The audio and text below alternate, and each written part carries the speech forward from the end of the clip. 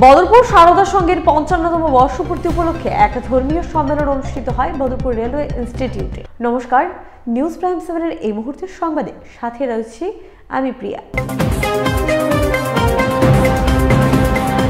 ২০ ও ২১ December Badarpur Sarada সংঘের ৫৫তম বর্ষপূর্তি উপলক্ষে এক ধর্মীয় সম্মেলন অনুষ্ঠান অনুষ্ঠিত হয় বদরপুর রেলওয়ে ইনস্টিটিউটে।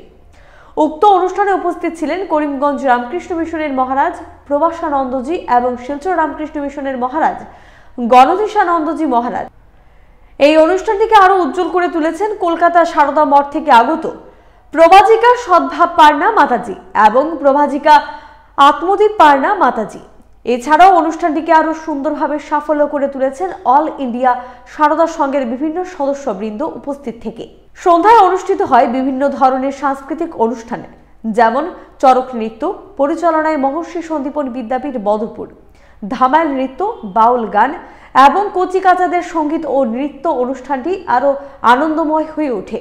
মহারাজ ও মাতাজিদের ভাষণে ভক্তবৃন্দের মনকে প্রফুল্ল করে তোলে এবং তাদের ভাষণ থেকে ভক্তবৃন্দরা নানা ধরনের ঠাকুর ও মায়ের কথা জানার সুযোগ পায়। বদরপুর সারদা সংঘের এই ভক্ত সম্মেলন অনুষ্ঠানটির দ্বারা বদরপুরবাসীদের মধ্যে একটি ধর্মীয় মনোভাব চারিদিকে ছড়িয়ে পড়ে।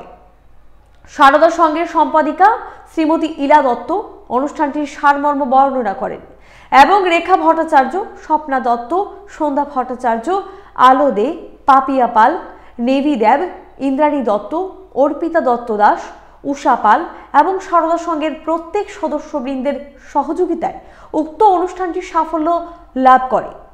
আগামীতেও যেন এই ধরনের ধর্মীয় অনুষ্ঠান পরিচালনা করতে পারে এই আশীর্বাদ কামনা করে শ্রী শ্রী মায়ের চরণে।